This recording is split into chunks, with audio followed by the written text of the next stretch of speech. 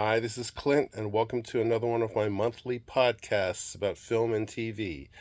We're going to try to again keep it at 10 minutes or below. We're going to start off with some snapshot movie reviews. Kingdom of the Planet of the Apes is the most recent incarnation using state of the art special effects. This is set several generations into the future from the last Planet of the Apes films with Andy Serkis. He's no longer in this one, but the story is very interesting. It involves the apes over the humans and apes in warring clans, and it's an interesting take on the series, and it ends with a kind of a twist that means that there are going to be more apes films. If you like this series, I don't think you'll be disappointed. It's pretty strong. The effects are incredible. That's all I can say. Bad Boys Ride or Die is the fourth film in this series with Will Smith and Martin Lawrence as the detectives, and they're trying to clear their captain's name for corruption. And of course, it ends with a lot of shoot 'em up and action. There's particularly one with the Marine friend of the family that is to be seen to be believed. So it's a pretty showstopper moment. Uh, this was pleasantly a surprisingly entertaining film. So if you like the series, you'll probably like this one. Hitman with Glenn Powell, who co-wrote the screenplay with director Richard Linklater, who did the Boyhood film and School of Rock, among other films. It's kind of a dark comedy with drama in it. He plays a techie, a nerd teacher who part-time moonlights with the police, and he's pressed into service to be a fake hitman for people who are looking to off their business partner or relatives or wife or spouse, whatever. And he meets a girl who's trying to get rid of her husband, and he is attracted to her. So will he cross the line, and will this mean something dangerous for both of them? It's an interesting premise. This film is probably going to make Powell a star if he's not already, and I liked it. It's on Netflix. Inside Out, sequel to the 2015 film, is just as good as the first one, led by Amy Poehler, who does the voice here again. The girl is now grown up into a high school teenager, and it brings in a whole new set of emotions. And the old emotions are trying to save the day, while the new ones are trying to try a different way. So there's a conflict. It's funny, it's touching, especially at the very end. I highly recommend it if you like the first one. A Quiet Place Day One is a prequel to the A Quiet Place series that have already had two films, and it's an interesting take because it takes place as opposed to in the wild or in the forest. Isolated. It takes place in the middle of New York City. So it's a fascinating take on the aliens entering the scene on day one, decimating New York City, and people are learning while they're attracted to noise. And they also have perhaps a weakness. So Lupita Nyong'o is very good as the lead here. She has some pain and trauma in her history. She meets up with somebody, and the two kind of form a bond. And that cat, that's a great cat. That's all I can say. If you like the series, you'll probably like this film. It was very entertaining, and I know that there'll probably be more in this series for sure. Now, let's get into upcoming films. There's a lot of them. Unfortunately, a lot of them are sequels or remakes, but if they're well made, all sins are forgiven. National Treasure 3 is being written as we speak. Sister Act 3 is being prepped. Knives Out from Ryan Johnson. He is doing a third film in that series called Wake Up Dead Man. It's already been cast with Josh Brolin, Glenn Close, Kerry Washington, Jeremy Renner, and so many more. So looking forward to that.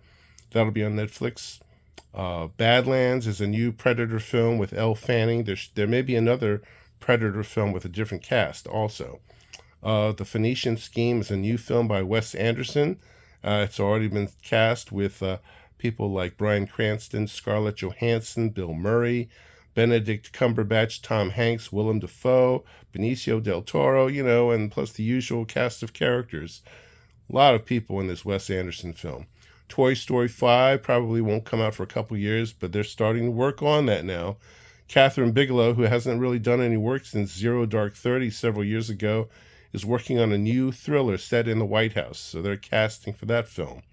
The classic, cult film, horror film, It Follows, is getting a sequel, so look out for that. An Officer and a Gentleman is being remade, believe it or not. Miles Teller is attached to that film. Spider-Man 4, Tom Holland is back again. It'll be coming out fall of 2025.